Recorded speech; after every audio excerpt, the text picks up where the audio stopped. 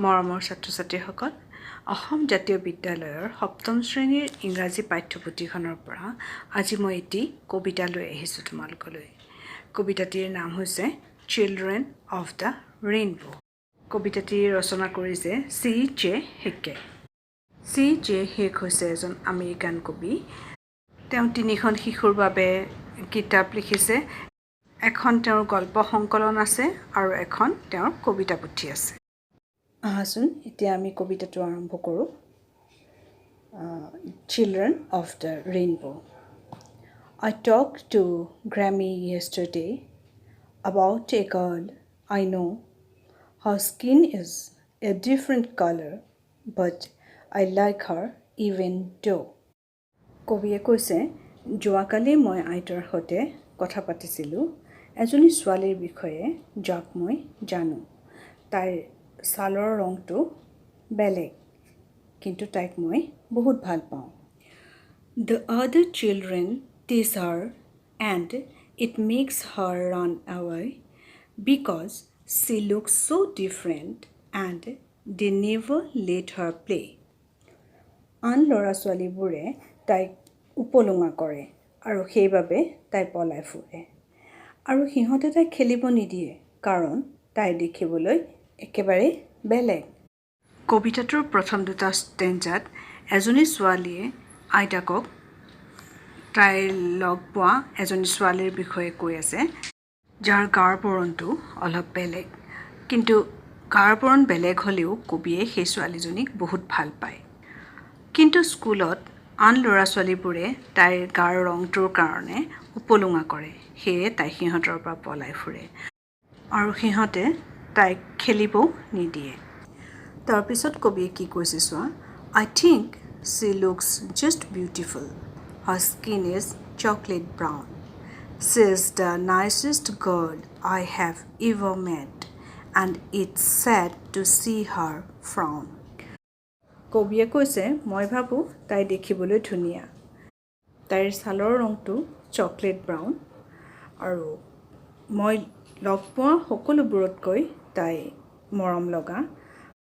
লগৰবোৰে খেলিব নিদিলে যেতিয়া তাই দুখ কৰি আঁতৰি যায়, তাকে দেখি কবিয়ে বৰ দুখ অনুভৱ কৰে।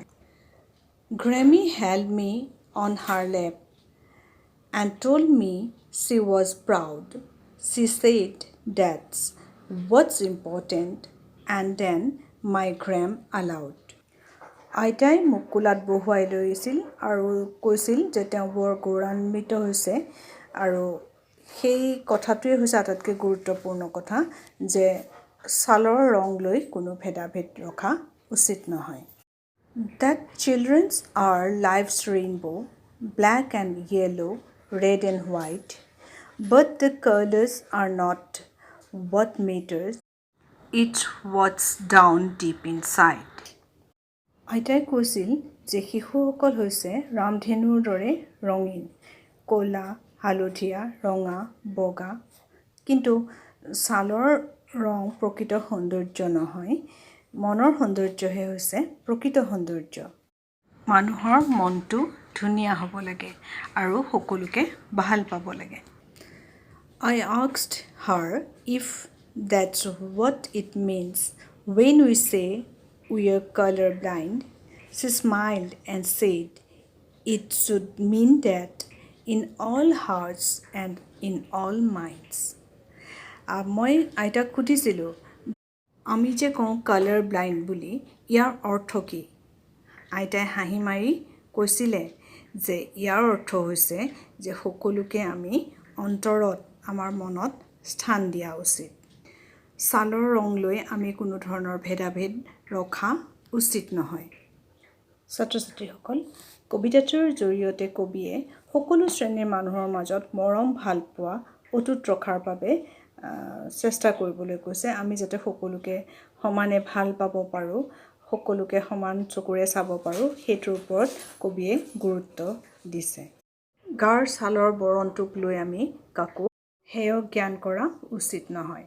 ভগৱানে সকলোকে সমানে সৃষ্টি কৰিছে, গতিকে কবিতাটোৰ জৰিয়তে কবিয়ে মানুহৰ মাজত মৰম ভাল পোৱা বৰ্তাই ৰাখিবলৈ আহ্বান জনাইছোঁ ছাত্ৰ ছাত্ৰীসকল আজি কবিতাটো ইমানখিনিয়ে আশা কৰিছোঁ তোমালোকে বুজি পাইছা তেন্তে আজিলৈ ইমানতে এৰিছোঁ পৰৱৰ্তী ভিডিঅ'ত ইয়াৰ প্ৰশ্ন উত্তৰখিনি লৈ পুনৰ তোমালোকৰ মাজত উপস্থিত হ'ম আজিলৈ বাই বাই